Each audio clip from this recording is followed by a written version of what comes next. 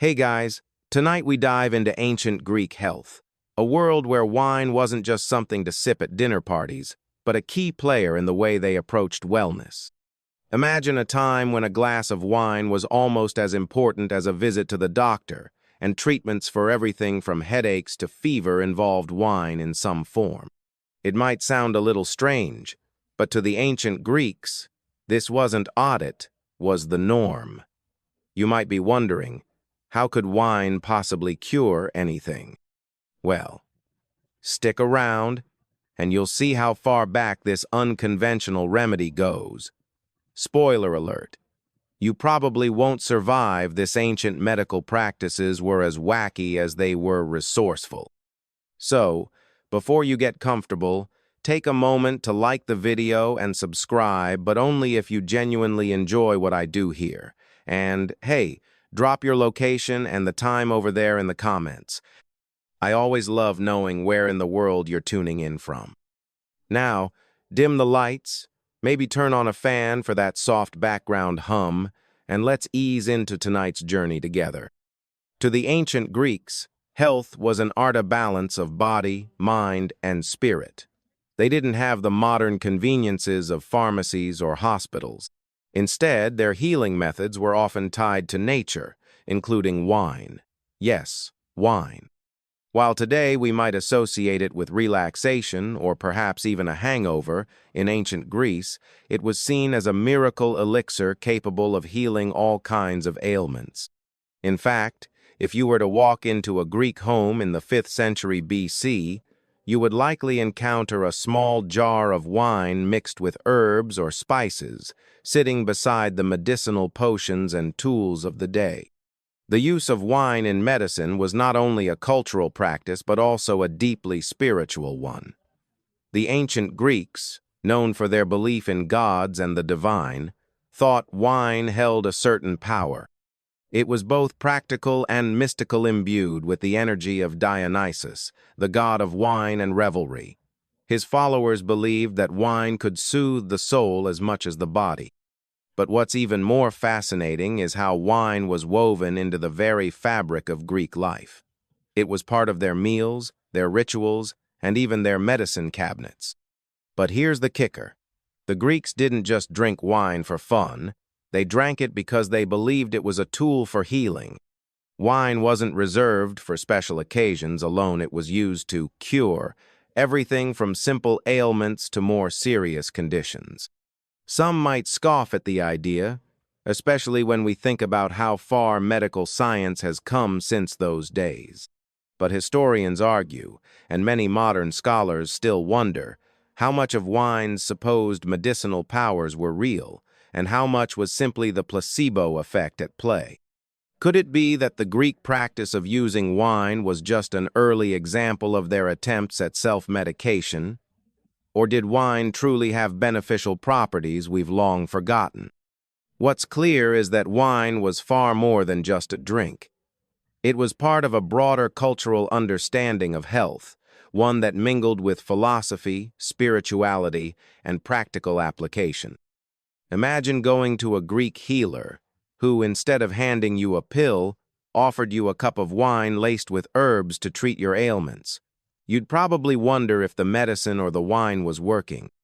In ancient Greece, though, they wouldn't have questioned it. They believed wholeheartedly in its powers. The Greeks were a passionate bunch about their philosophy, art, and of course their wine. It was more than just a beverage to them. It was woven into the very fabric of their daily lives. From the moment the sun rose over the Aegean Sea to the time it dipped behind the hills, wine was a constant companion. They didn't just drink wine for fun, they drank it for almost every occasion. It was a symbol of civilization, something to be savored, discussed, and revered. But it was also believed to have medicinal power. Wine was considered the drink of the gods, imbued with divine properties. To the Greeks, this wasn't a simple fermented beverage. It was a gift from Dionysus, the god of wine and revelry, and in their minds, it could heal just about anything. When the Greeks drank wine, it wasn't just a casual sip. No, it was a ceremony. They didn't drink wine straight from the bottle like we do today. Although, let's be honest, who hasn't done that at least once? The wine was always diluted with water. A healthy mixture, the Greeks believed, balanced the alcohol content while still providing the beneficial effects. The ratio wasn't fixed. Sometimes it was 1 part wine to 3 parts water, other times a 50-50 mix, depending on the occasion or the need. But the ritual was consistent. Wine wasn't just for getting drunk, it was for healing and living. In fact, the Greeks had an entire tradition surrounding wine consumption known as the symposium, a kind of intellectual dinner party, where wine flowed freely and conversation flowed even more freely. These gatherings weren't just about eating and drinking, they were about discussion, philosophy, and yes, healing. But here's where it gets interesting. While they drank and conversed, they also believed wine could cure everything from indigestion to more serious ailments, like fevers and wounds.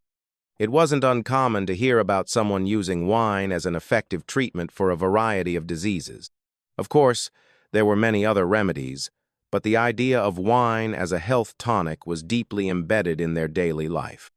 Historians argue whether this was purely the result of their limited knowledge of medicine, or if the alcohol and certain compounds in the wine did indeed have some real medicinal properties.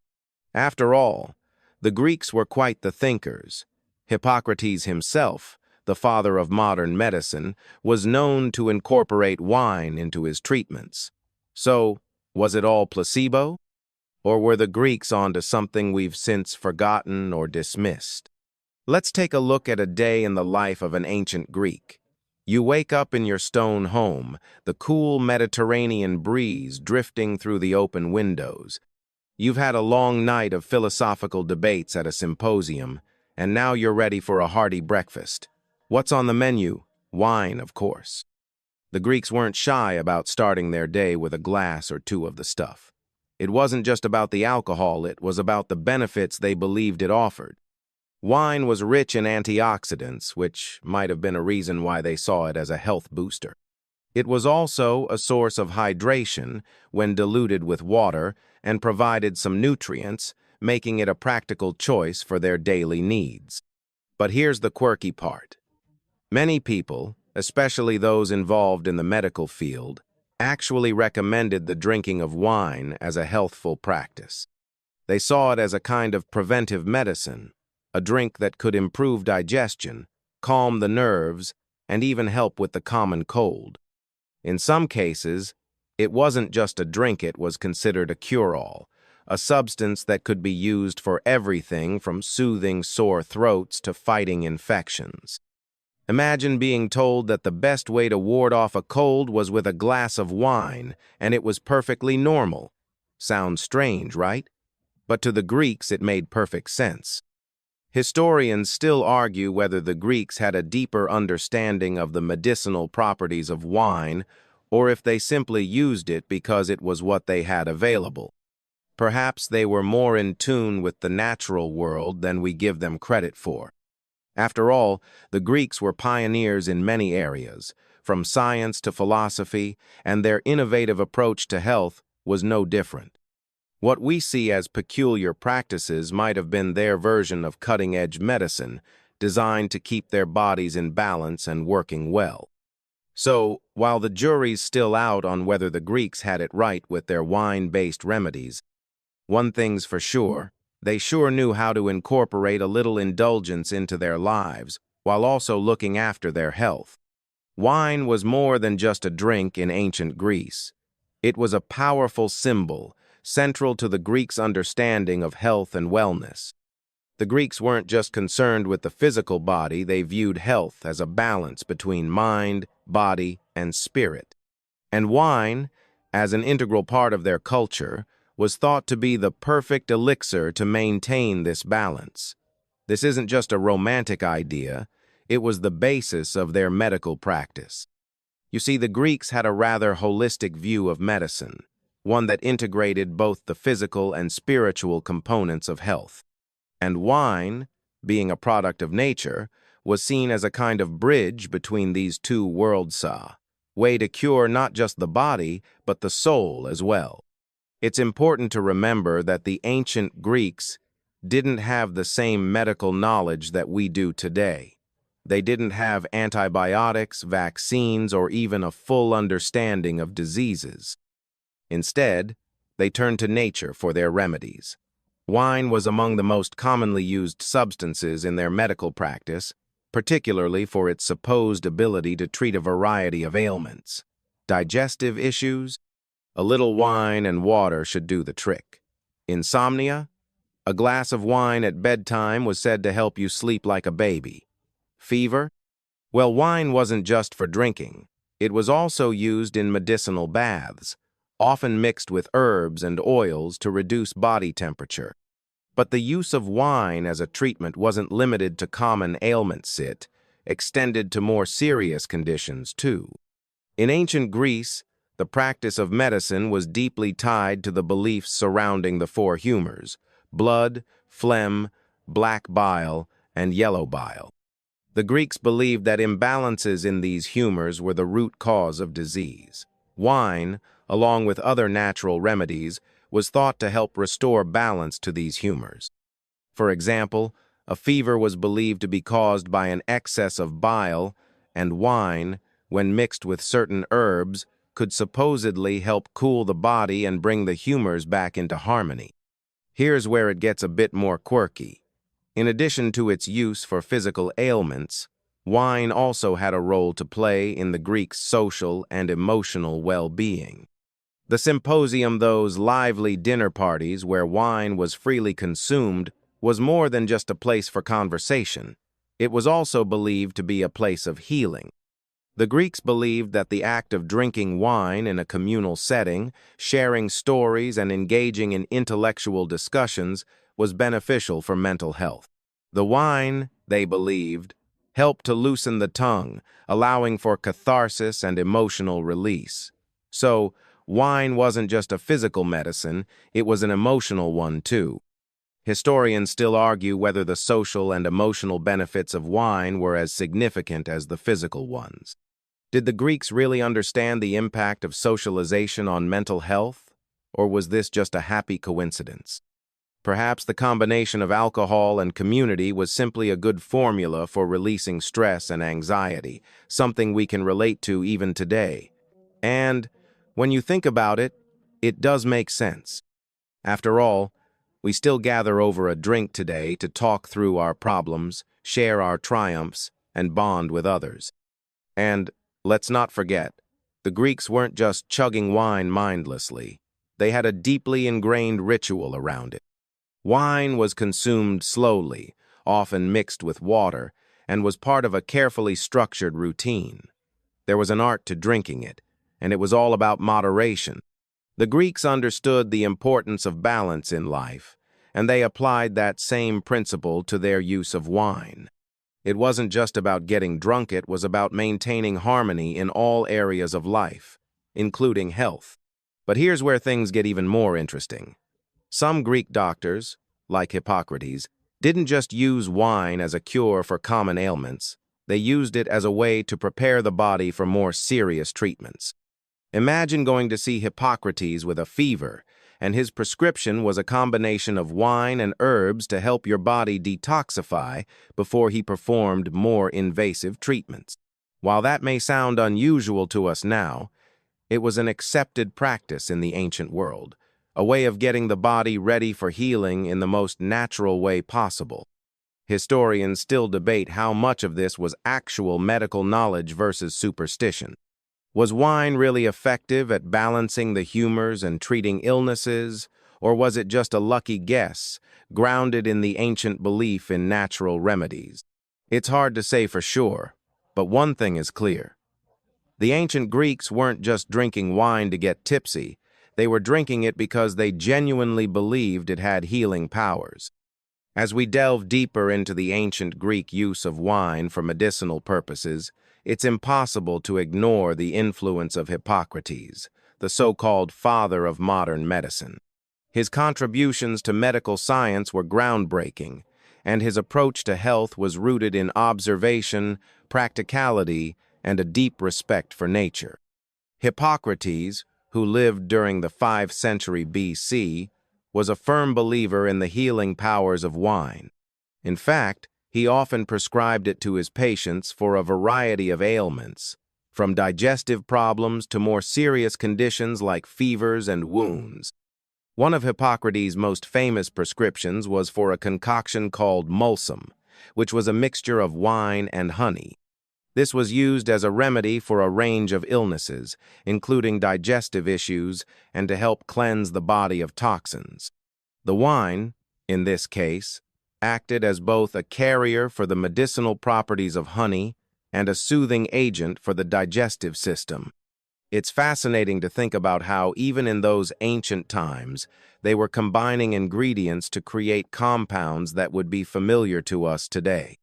Hippocrates believed that the combination of the alcohol in the wine and the natural sweetness of honey could help restore balance in the body, clearing out what was considered bad humors and promoting overall health. What's even more interesting is that Hippocrates didn't just prescribe any type of wine. He was very particular about which varieties he recommended. He believed that the best wine for medicinal purposes was a dry red wine, as it was thought to have the most beneficial properties. Red wine, with its rich polyphenols and antioxidants, was seen as the most potent and most capable of promoting good health. It's almost as if Hippocrates had a natural understanding of the health benefits of antioxidants, long before modern science caught up. However, as much as Hippocrates was an advocate for wine's medicinal properties, he didn't think it was a cure-all. He understood that the key to good health was balance. In fact, one of his most famous sayings was, "Let food be thy medicine and medicine be thy food."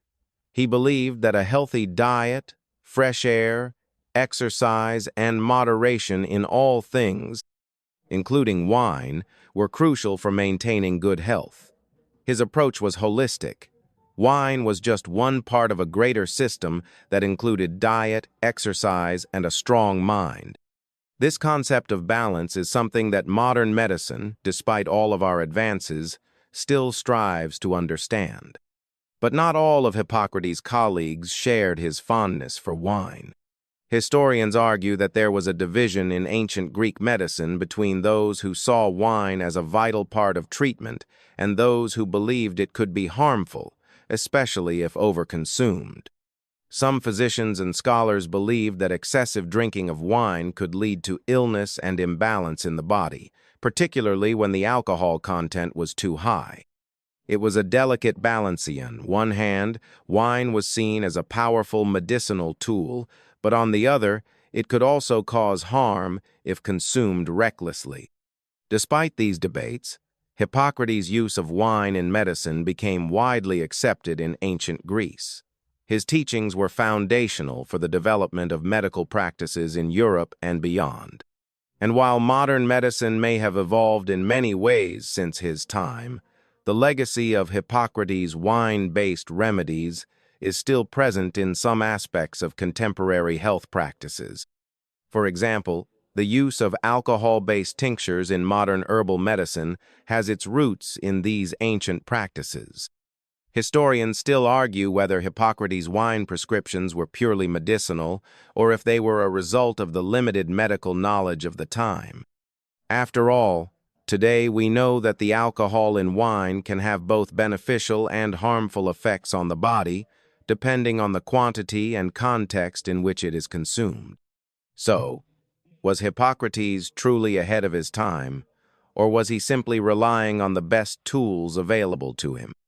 Regardless of the answer, his incorporation of wine into his treatments speaks to a deeper understanding of the connection between food, drink, and health that the Greeks truly embraced. Wine wasn't just a medicinal tool for Hippocrates. It was a lifestyle. It was part of a greater philosophy about living well, maintaining balance, and embracing the natural world. The Greeks understood that health was about more than just treating symptoms. It was about maintaining harmony within the body and mind. And wine, with all its complexities, was seen as a way to facilitate that balance. If you thought the use of wine in ancient Greek medicine was confined to the likes of Hippocrates, think again. While Hippocrates' writings are perhaps the most well-known, other Greek physicians also recognized the unique healing potential of wine.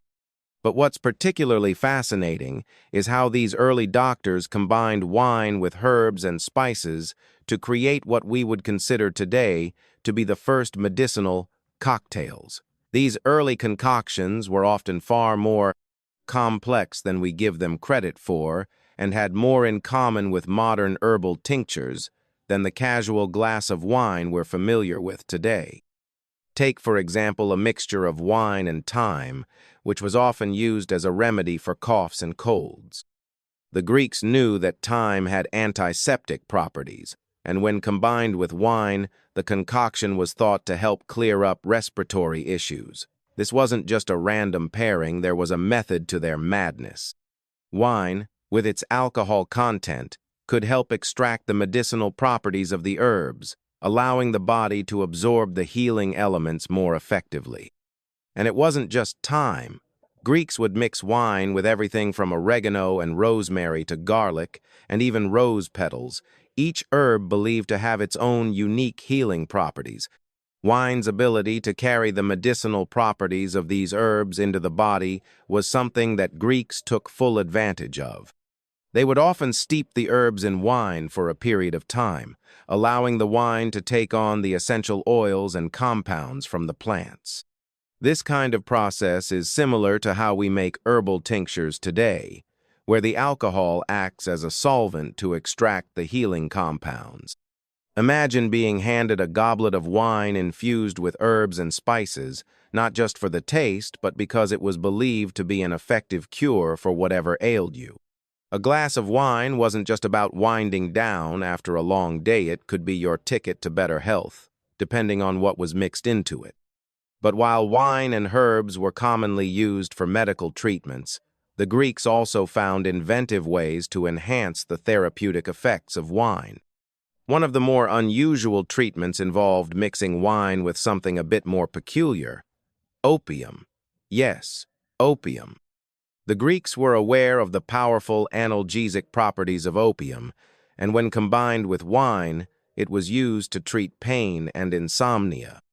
Imagine sipping on a relaxing glass of wine that not only calms your nerves but also dulls the pain and helps you drift off into a peaceful sleep.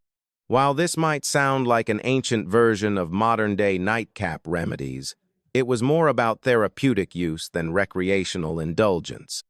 Of course, not every Greek physician was on board with these practices. While some embraced wine's medicinal potential, others were cautious. It's worth noting that the Greeks weren't entirely oblivious to the dangers of overconsumption.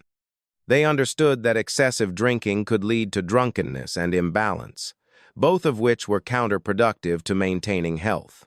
So, while wine was widely used for its healing properties, moderation was key. It wasn't about getting tipsy for the sake of it. It was about using wine as a tool to restore balance in the body. A little bit of wine with the right herbs could go a long way in promoting health. Too much, however, could have the opposite effect. Historians still argue whether the Greeks fully understood the pharmacological effects of these herbal wine mixtures, or whether their use was more based on trial and error. Did they recognize the properties of thyme and oregano, or did they simply know that these combinations seemed to work? Perhaps it was a combination of intuition, cultural beliefs, and ancient practices that led them to these herbal-infused wine remedies. After all, many of these herbs had been used in various cultures long before the Greeks, and they simply adapted them into their own medical systems. Still, the Greek approach to wine as medicine was remarkably sophisticated. They didn't simply rely on wine alone. They combined it with other natural elements to create remedies that addressed a wide range of ailments. This holistic view of medicine, combining the body, mind, and nature, is something that modern medicine can still learn from.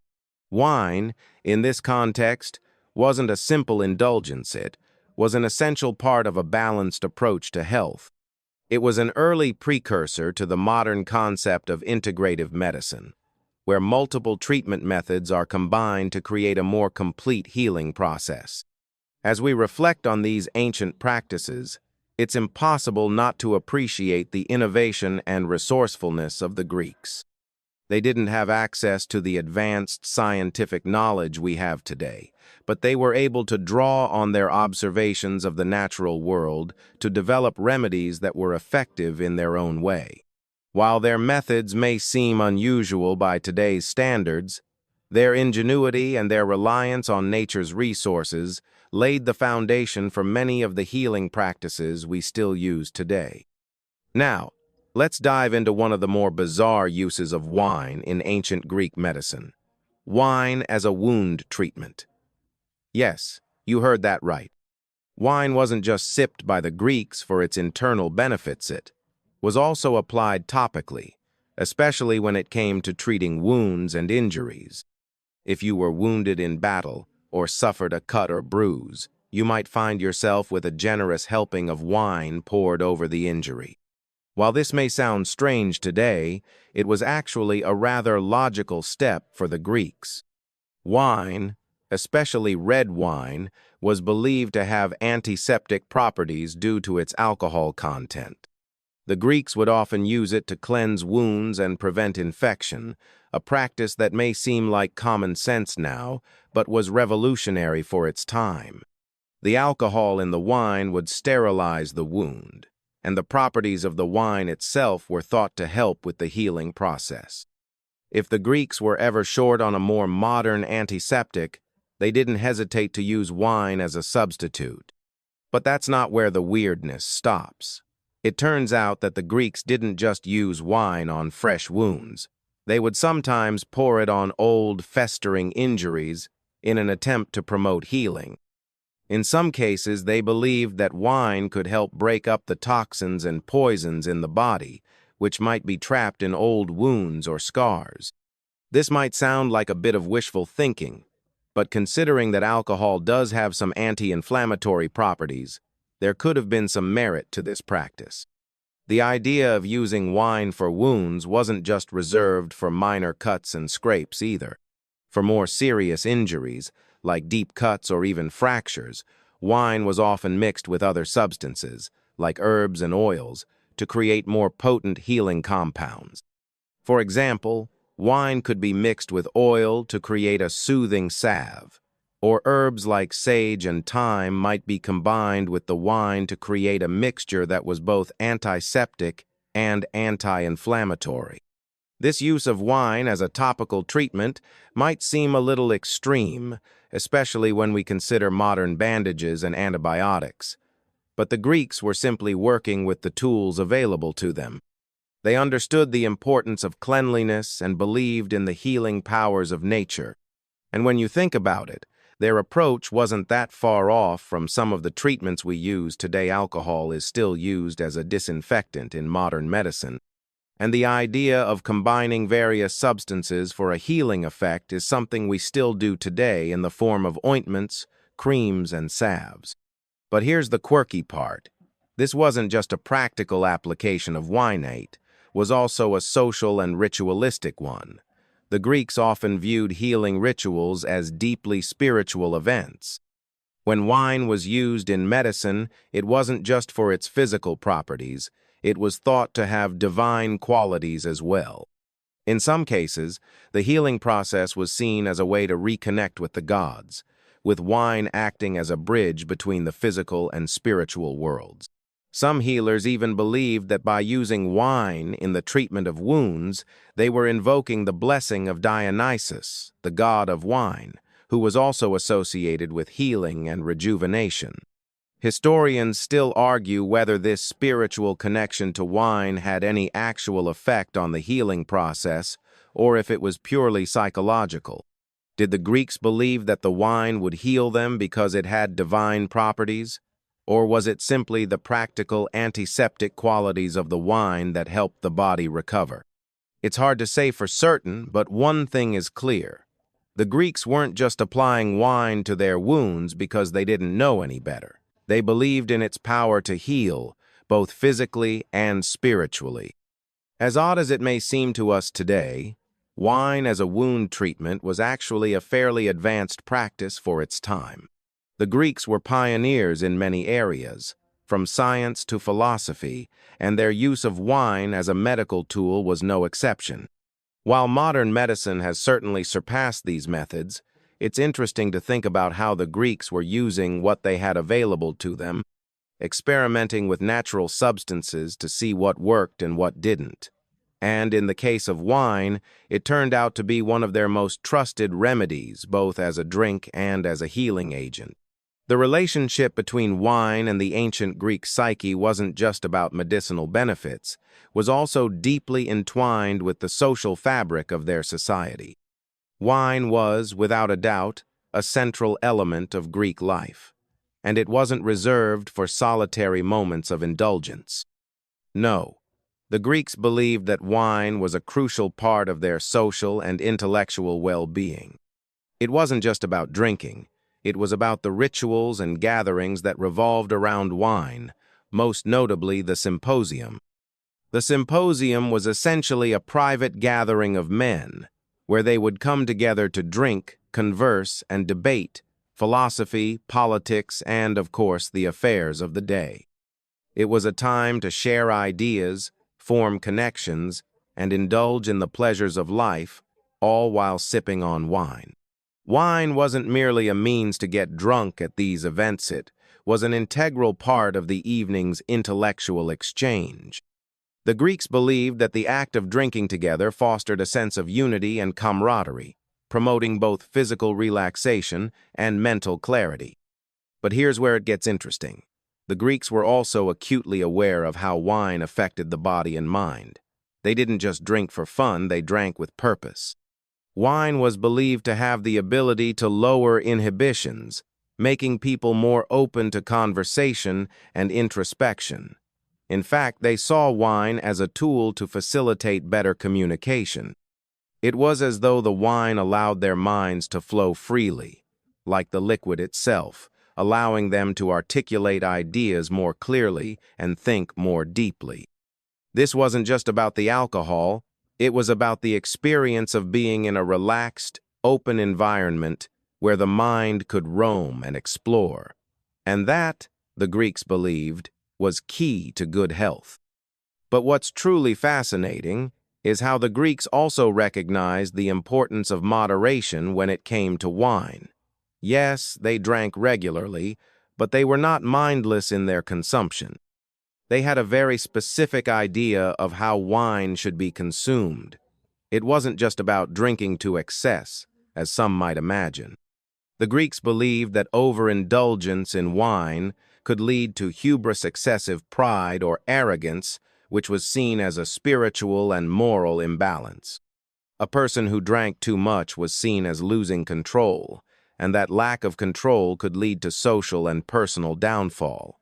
In a way, the Greeks were practicing what we might today call mindful drinking. Historians still argue whether the Greeks' careful attention to the social aspects of wine consumption had any real psychological benefits, or if it was simply a reflection of their societal norms and values. Did the symposium genuinely have a therapeutic effect on the mind, helping individuals sort through their thoughts and emotions in a deeper way? Or was it just an enjoyable, socially acceptable excuse to drink? It's likely a combination of both. After all, we still gather with friends today for a drink and often find ourselves having some of our most honest and meaningful conversations in those moments. Perhaps the Greeks were onto something after all. Drinking wine in a social setting wasn't just about the alcohol. It was about fostering connections and promoting intellectual and emotional growth. The social side of wine didn't just have an intellectual purpose, though it also had a spiritual one. For the ancient Greeks, wine was connected to Dionysus, the god of wine, revelry, and ecstasy. Dionysus wasn't just a god of partying. He was also the god of transformation and spiritual release. Wine was believed to be a way to connect with the divine, to experience moments of transcendence, and to break free from the constraints of everyday life. The act of drinking wine at the symposium was a way of invoking the god's blessing, to experience that divine release, and to enter into a state of spiritual freedom. Historians still argue whether the spiritual connection to Dionysus was just symbolic, or whether the Greeks believed that wine truly had the power to connect them to the divine.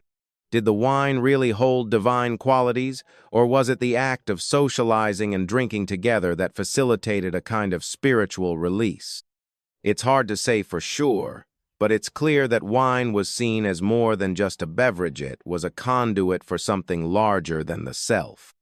For the Greeks, wine wasn't just a drink. It was a medium through which they could tap into deeper parts of themselves, their society, and their spirituality. Wine in the symposium wasn't just for relaxation. It was a tool for healing, both physical and psychological. The Greeks believed that the camaraderie, the shared experience of drinking, and the deep conversations that followed could have profound effects on a person's well-being. In fact, some philosophers even argued that the symposium was a form of medicine for the mind, a way to heal mental and emotional wounds. This communal drinking, paired with philosophical discourse, was seen as a way to restore balance to the soul, much like how wine itself was thought to restore balance to the body. Let's take a moment to explore the everyday role of wine in the ancient Greek diet and how it wasn't just an occasional treat or medicinal remedy, but a staple of their daily life. For the Greeks, wine was more than a drink. It was deeply integrated into their food culture, consumed regularly with meals, and seen as essential to their well-being. In fact, it was rare to find a Greek meal without wine. In the Mediterranean climate, where the sun was strong and the day long, wine served not just as a beverage, but as a form of sustenance. The Greeks didn't drink wine the way we do today. They didn't pop open a bottle of red to unwind after work or sip on a glass over dinner. Instead, they drank diluted Winnie mixture of 1 part wine to 2 or 3 parts water. This diluted wine was seen as a healthier option, ensuring that the alcohol content wasn't too high while still offering all the supposed benefits. It was a normal part of their hydration routine. While this may sound strange to us, it was a practical way to deal with the high temperatures of the Mediterranean and the limited access to fresh water. In some cases, wine was considered safer to drink than water, which could be contaminated or difficult to find. The water in the wine would dilute any potential impurities, making it safer to consume. Additionally, wine's role in the daily diet wasn't just limited to quenching thirst.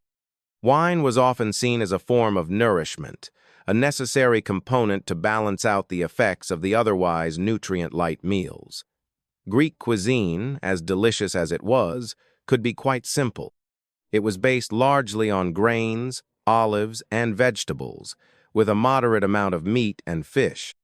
The addition of wine, with its vitamins and antioxidants, was believed to help provide a broader range of nutrients. It's also important to note that the Greeks had a profound respect for the land and its resources. They understood that the natural world was a source of both food and medicine, and wine, as a product of the earth, was thought to contribute to that balance. The act of drinking wine was more than just a moment of indulgence. It was a recognition of the relationship between humans and nature, a partnership that allowed them to maintain both physical health and spiritual harmony. But the Greeks weren't the only ones who saw wine as an essential part of their diet. Throughout history, wine has been used by countless cultures as a form of nourishment and health maintenance. However, what makes the Greek use of wine unique is how closely they linked it to their overall philosophy of balance and well-being. To them, health wasn't just about the absence of illness. It was about maintaining harmony in all areas of life, from physical health to intellectual growth to social connection. Wine, with its blend of practical and symbolic value, was a cornerstone of this holistic approach to living. Historians still debate the exact health benefits of the ancient Greek diet and whether wine truly contributed to the health of the Greeks or whether it was more of a cultural norm that helped to promote the idea of balance. Did the daily consumption of wine improve health, or was it simply a cultural practice that had no real impact on life expectancy or physical well-being? What we do know is that the Greeks believed in the power of moderation, and their daily consumption of wine was carefully balanced, not just in terms of quantity, but in the social and spiritual benefits it brought as well. What's remarkable is how the Greeks used wine to achieve a certain harmony in life, a balance of work, play, intellectual engagement, and health.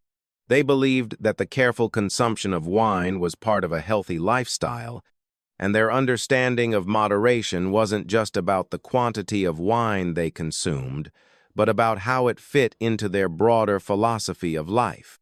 The wine didn't exist in a vacuum. It was a tool that helped to align their physical, mental, and social health. In modern times, we often associate wine with indulgence, luxury, or simply a nice way to unwind. But for the Greeks, it was a key element of their daily routines, their social interactions, and their understanding of the world around them. Wine, with all its complexity, was more than just a beverage. It was a means of maintaining balance in a world where so much depended on the right combination of the physical, mental, and spiritual. The Greeks, with their intricate and thoughtful approach to life, were centuries ahead of their time. The careful use of wine, as both a medicine and a daily staple, was just one example of their understanding of balance and harmony. It's a practice that, in many ways, is still relevant today as we continue to explore the importance of moderation, social connection, and a balanced lifestyle. The role of wine in ancient Greek society wasn't just about nourishment or medicine, it was also intimately tied to their spiritual beliefs.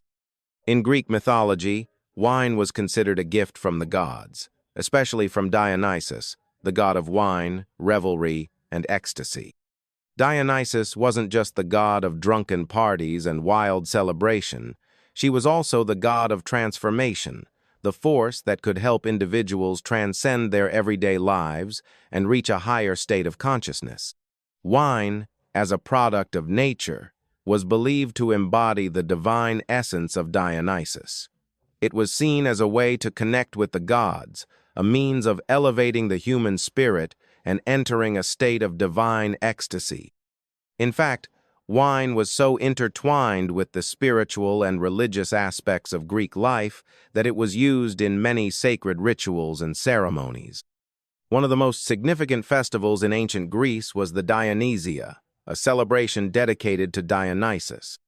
During this festival, the Greeks would drink copious amounts of wine, engage in ecstatic dances, and perform dramatic plays that often explored the themes of life, death, and the human condition. Wine, in this context, wasn't just a drink, it was a conduit to the divine, a way for mortals to come closer to the gods and to experience a moment of transcendence. But Dionysus wasn't just about the high, she was also about the lows. He represented the duality of human existence, the balance between joy and sorrow, freedom and restraint.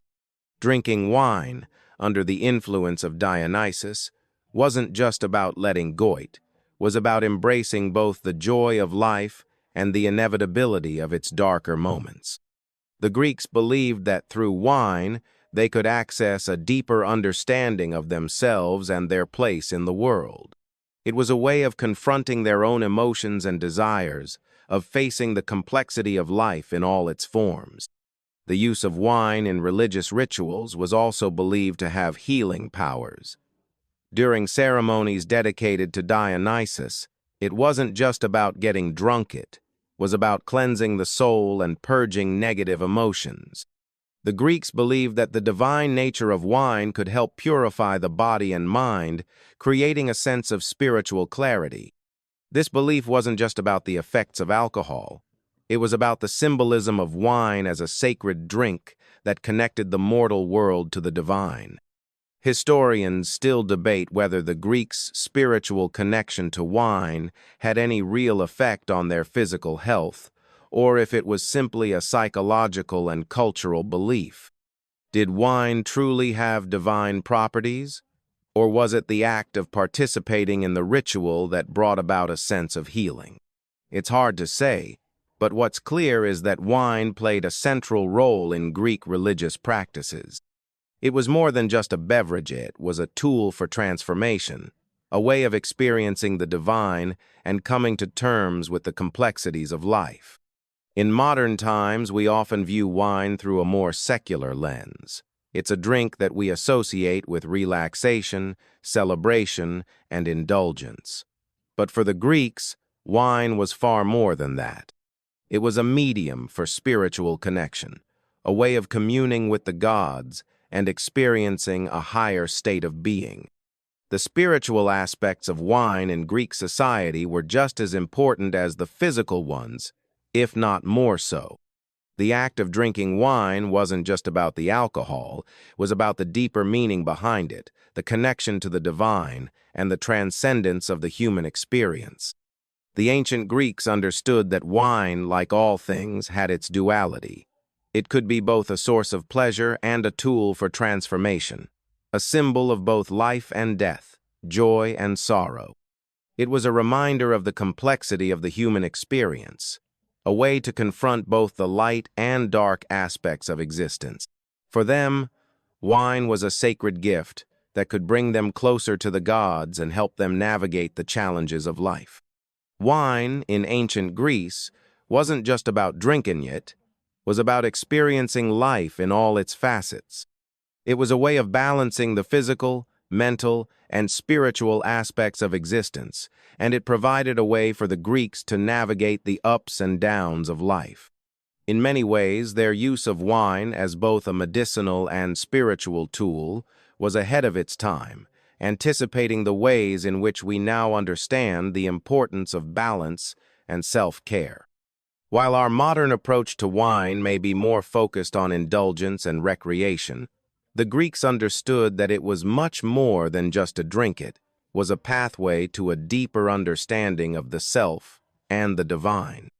As we continue to unravel the history of wine in ancient Greece, it's important to recognize that the Greeks weren't just using wine for the practical benefits or spiritual experiences we've already discussed.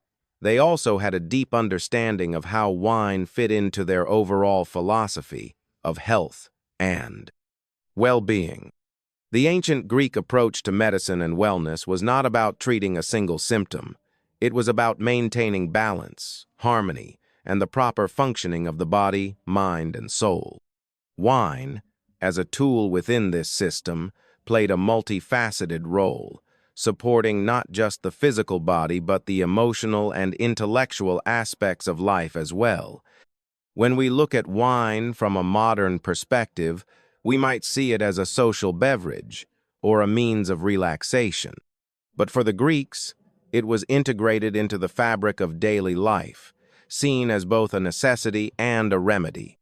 Wine wasn't merely something to be enjoyed in the company of friends at the symposium or in a religious ceremony, yet was a critical part of their diet and healing practices, consumed daily in moderation for its ability to support overall health. The Greeks, much like modern society, understood that the key to health was moderation. The consumption of wine was part of a balanced life, where excessive drinking was viewed as harmful and detrimental. The concept of sophrosyne, or self-control, was at the heart of Greek philosophy. They believed that true health came from maintaining control over one's desires and behaviors, which included their approach to wine. Drinking wine was part of the daily routine, but it was always done with an awareness of moderation. Overindulgence, the Greeks believed, could throw one's life out of balance, leading to health issues and even moral failings. Historians still argue whether the Greeks truly understood the health benefits of their approach to wine, or whether they were simply adhering to the cultural norms of the time. Did their daily, moderate consumption of wine actually contribute to better health, or was it merely a placebo effect of their belief in balance and harmony? In either case, it's clear that the Greeks saw wine as more than just a luxury. It was a necessary part of maintaining overall well-being. Whether it was thought to aid digestion, help with sleep, or offer other health benefits, wine was a tool used to support their vision of a healthy, balanced life. Beyond its role in the physical body, wine was also integral to Greek intellectual life. As we've discussed before, the symposium was a place for philosophical discussions and debates, where great minds came together to share ideas and explore the world around them. But the Greeks believed that the act of drinking wine also had a cognitive benefit. By lowering inhibitions and relaxing the mind, wine was thought to open up the pathways for creativity and deep thought. Many of the greatest ideas in ancient Greek philosophy were discussed over wine, whether it was Socrates debating with his disciples or Aristotle sharing his ideas on ethics. In this way, wine wasn't just nourishing for the body, it was thought to be nourishing for the mind as well. But the intellectual use of wine wasn't just limited to philosophical debates. The Greeks believed that wine could also be a tool for emotional healing. In their holistic view of health, the mind and emotions were seen as equally important as the body, and maintaining emotional well-being was just as crucial for overall health. In fact, the act of coming together with others to drink and converse was seen as a form of emotional therapy. The social aspect of drinking wine allowed for catharsis, the release of pent-up emotions, and the resolution of inner conflict. The Greeks understood that in order to maintain emotional health, one had to engage in meaningful social interactions and share one's feelings and experiences.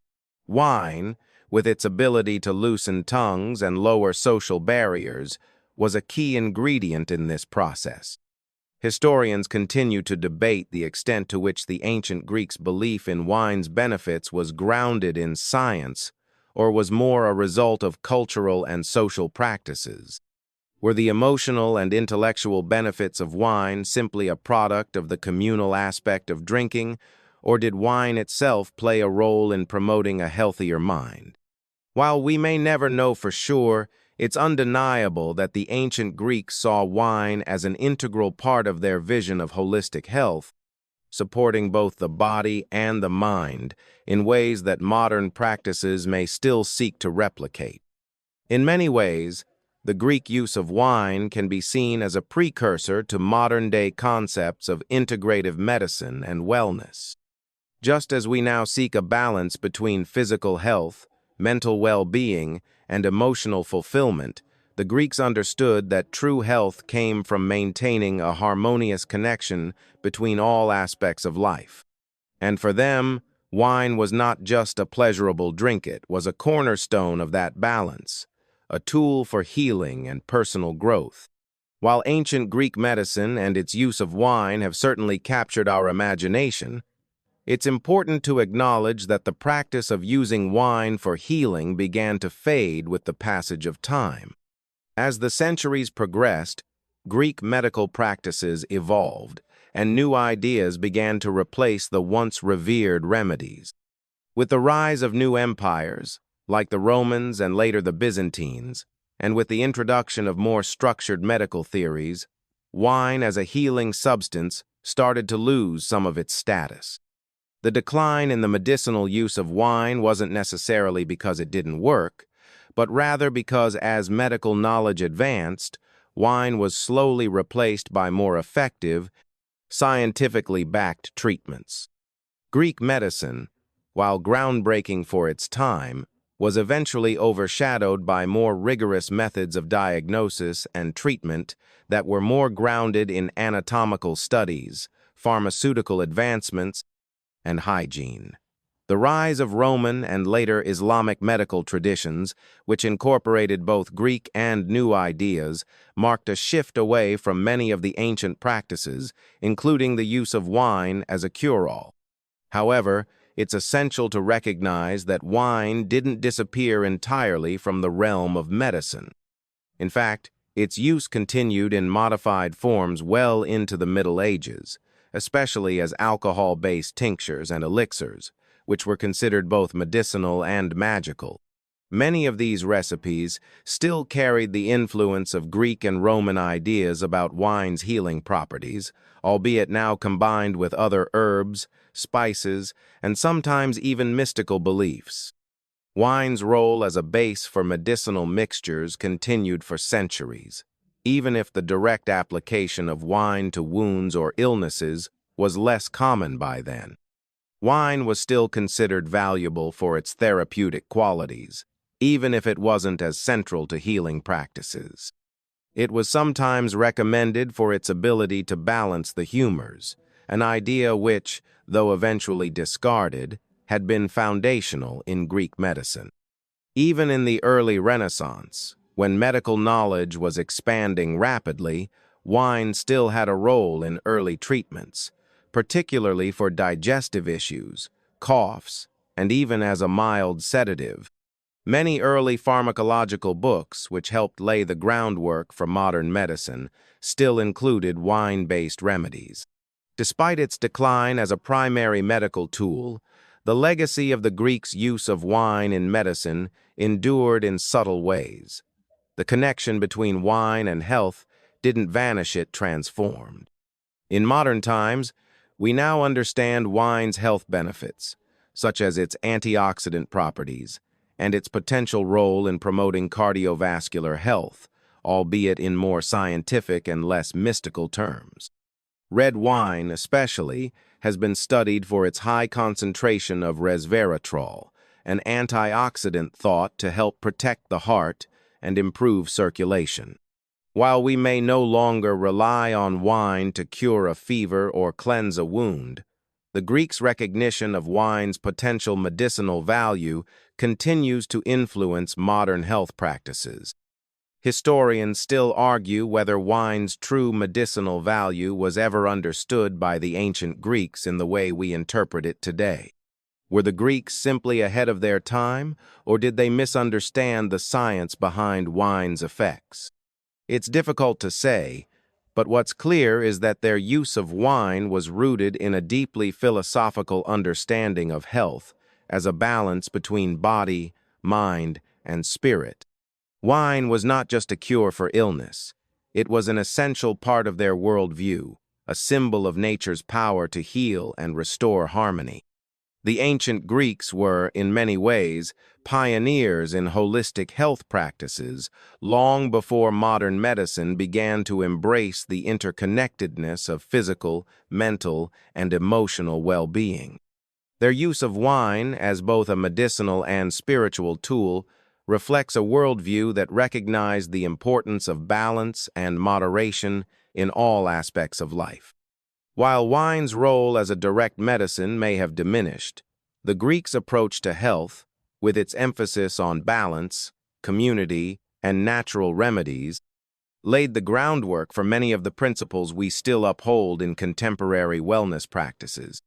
As we reflect on the ancient Greek approach to health, we see that wine, like all good things, must be approached with moderation and respect. In ancient times, it was more than just a drink. It was a tool for healing, a symbol of the connection between the natural world and the divine.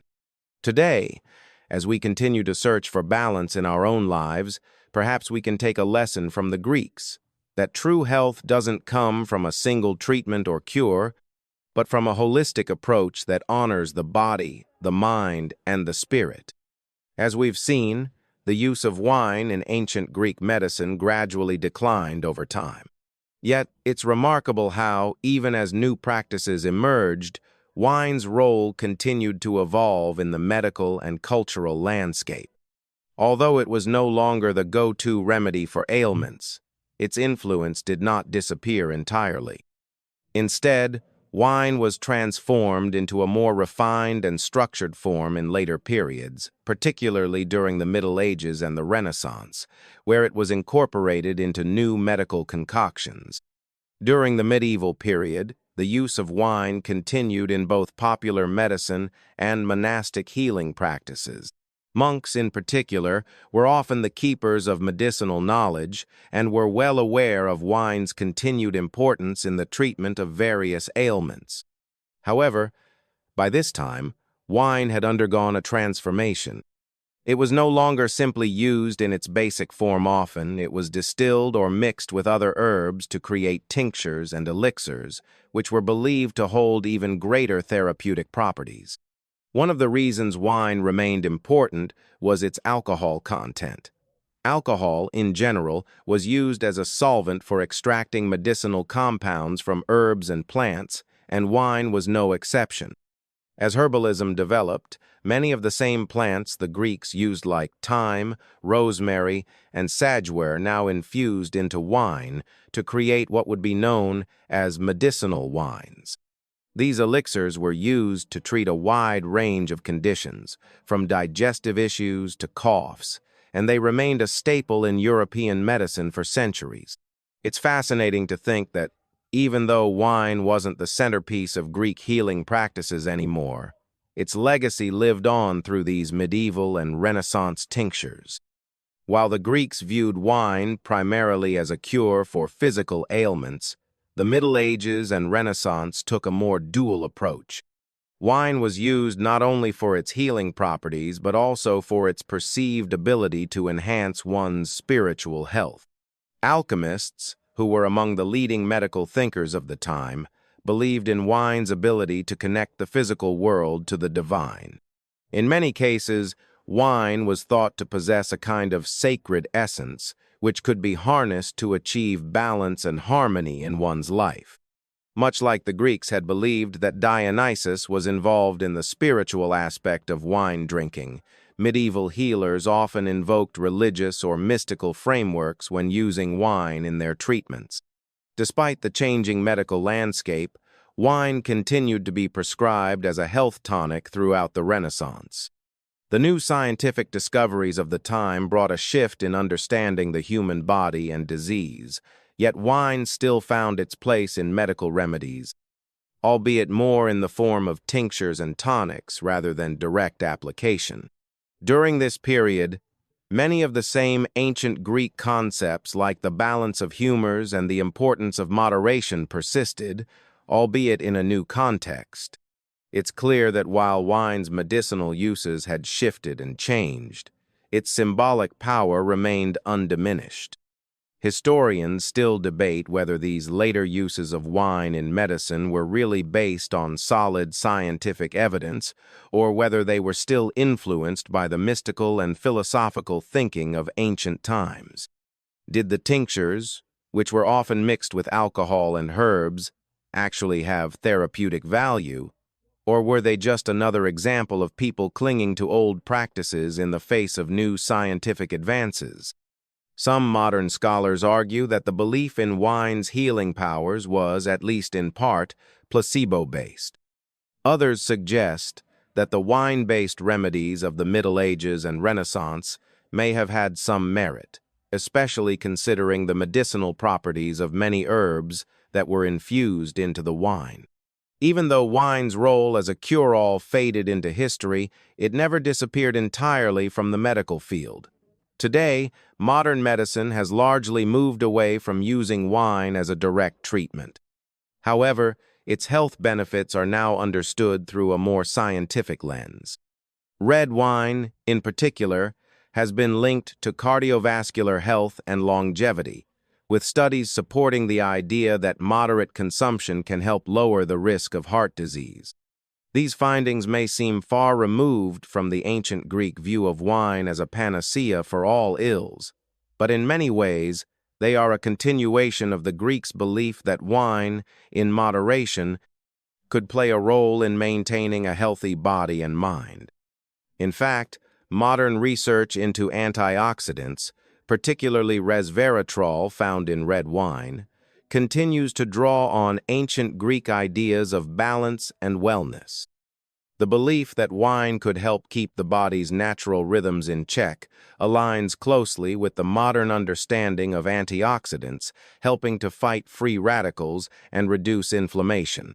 While we no longer drink wine as a daily medicinal treatment, the ancient Greeks' practice of using wine to promote balance in both the body and the spirit continues to resonate in today's health-conscious society. Historians still debate whether ancient Greek medical practices, particularly the use of wine, were truly advanced for their time or simply based on trial and error. The fact remains, however, that wine's medicinal use in ancient Greece laid the groundwork for much of what we understand today about the connection between food, drink, and health. The Greeks may not have had modern scientific knowledge, but they were pioneers in understanding the interconnectedness of the body and mind, and their use of wine as both a physical and spiritual remedy is a testament to their forward-thinking approach to wellness. The lasting legacy of the ancient Greeks' use of wine in medicine can still be seen today, even if the practice itself has evolved over time. While wine may no longer hold the central role in medical treatments that it once did, its influence has permeated modern medicine in subtle but significant ways. We can see remnants of ancient Greek practices in the use of alcohol-based tinctures, herbal infusions, and even in the belief that certain beverages can help to maintain balance within the body. In fact, wine continues to play a prominent role in modern wellness trends, albeit in a more sophisticated and scientifically grounded form. In contemporary health and wellness, there's a growing interest in the Mediterranean diet, which emphasizes the consumption of foods and drinks commonly associated with ancient Greece, including wine. Red wine, in particular, is celebrated for its antioxidant properties, especially resveratrol, which is found in the skins of red grapes. Resveratrol has been widely studied for its potential to reduce inflammation, lower blood pressure, and improve heart health. While we may not rely on wine to treat fevers or cleanse wounds as the Greeks once did, the connection between wine and longevity has never been clearer. In many ways, the ancient Greek understanding of balance and moderation continues to shape modern views on health. The concept that drinking wine, when consumed in moderation, could contribute to a longer, healthier life is supported by current research into the cardiovascular benefits of alcohol, particularly in relation to heart disease prevention. This scientific understanding mirrors the ancient Greek belief that wine, as a natural product of the earth, could help maintain physical and mental well-being. Wine is also a staple of many modern therapeutic practices, such as aromatherapy and certain herbal treatments. The Greeks were early pioneers in recognizing the therapeutic properties of plants and nature, and wine's role as a vehicle for delivering these benefits is something that modern health practitioners continue to explore. The use of herbs like rosemary, thyme, and oregano, which were frequently mixed with wine in ancient Greek remedies, is still common in modern herbal medicine. These herbs are known for their antioxidant and anti-inflammatory properties, further linking the ancient Greek practices to today's holistic health trends. However, historians still debate whether ancient Greek medical practices, including the use of wine, were truly ahead of their time, or if the Greeks simply didn't have access to the scientific knowledge that would eventually lead to more effective treatments. It's possible that some of their beliefs about wine were rooted in superstition or folklore, influenced by the gods they worshipped and the rituals they performed.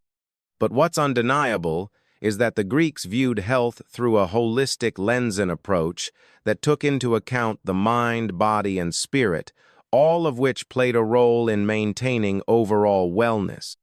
One could argue that modern medicine is still striving to understand this interconnectedness. While we have come a long way in our ability to treat specific illnesses and conditions, there's a growing recognition that mental and emotional health is just as important as physical health. The modern emphasis on mindfulness, meditation, and stress management speaks to a shift in focus from simply curing ailments to promoting overall well-being, a perspective that echoes the ancient Greek philosophy of balance. In many ways, the Greek approach to health, which included wine as a tool for maintaining this balance, remains relevant to modern health practices. Despite these connections, the use of wine in ancient Greek medicine was not without its drawbacks. While wine was believed to be a cure-all, it was also recognized that excessive consumption could lead to drunkenness, excess, and disorder issues that the Greeks were very much aware of. They understood that moderation was key, and overindulgence was considered not just a physical problem but a moral one. Too much wine could lead to hubris, excessive pride, or arrogance, and disrupt the balance of one's life. The Greeks were keenly aware of the dangers of excess and believed that true health came from living a life of moderation, balance, and self-control.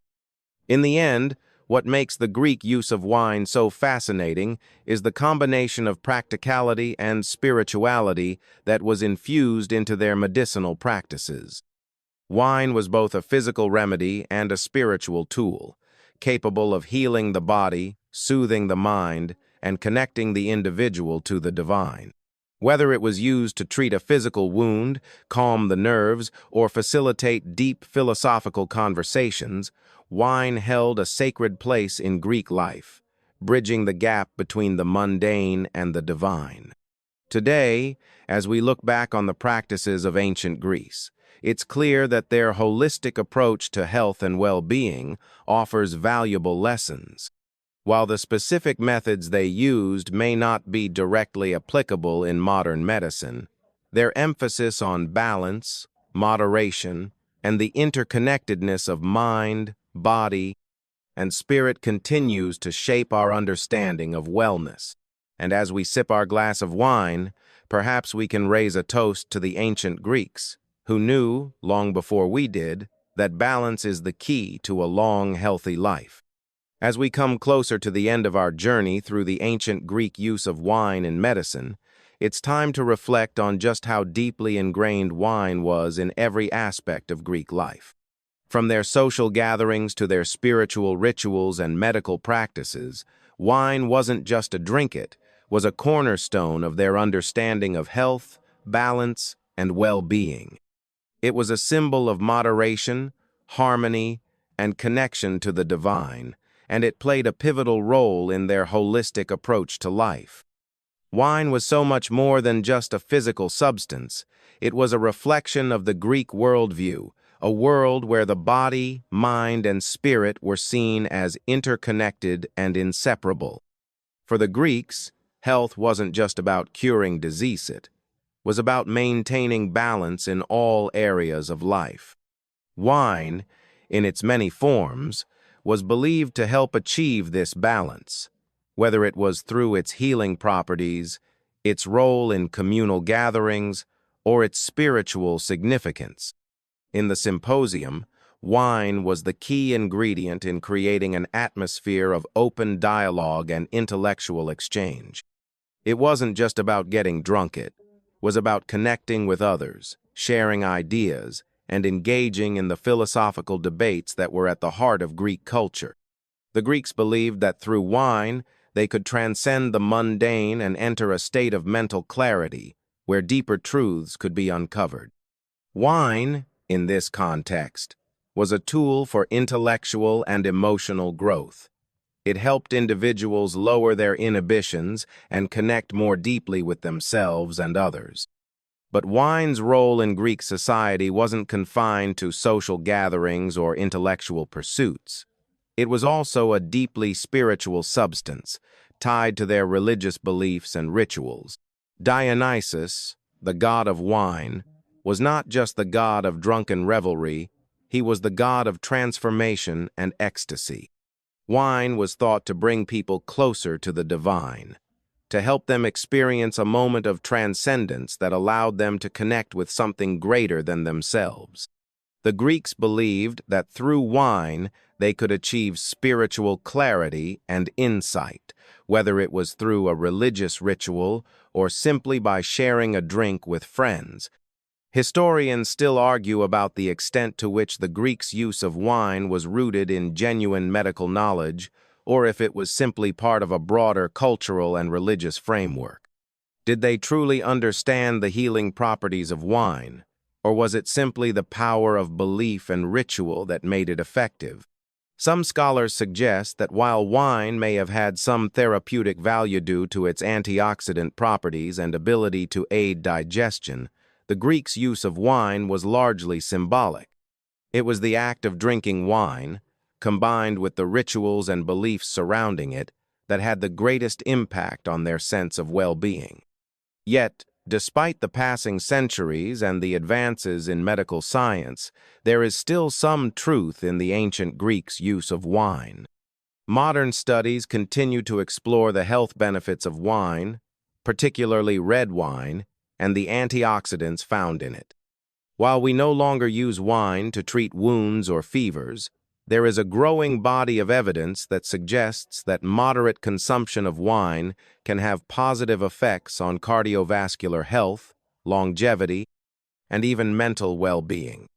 The ancient Greeks, in their own way, understood that wine was more than just a drink. It was a tool for maintaining balance in life, and that is a lesson that still holds true today. As we look back on the history of wine in ancient Greece, we can see how the Greeks' holistic approach to health and well-being continues to resonate in modern society. The idea that health is not just the absence of disease, but the balance of body, mind, and spirit is a concept that has made its way into modern wellness practices. Today, we embrace mindfulness, meditation, and balanced living, much like the Greeks did. And while we may not be sipping wine to cure a fever or soothe a wound, we can still appreciate the role that wine plays in our social lives and its potential benefits to our health when consumed in moderation. The ancient Greeks' use of wine was not just about treating ailments. It was about living a balanced life. It was about nurturing the body, mind, and soul, and understanding that these elements are all interconnected.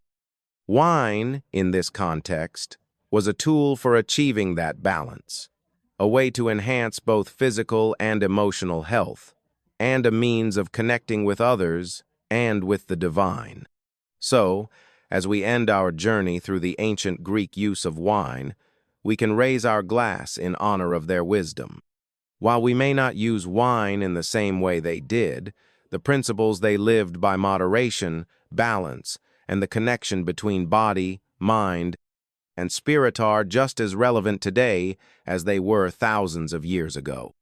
As we approach the final section of our journey through the history of ancient Greek wine and its medicinal uses, let's pause and reflect on the enduring impact of these practices.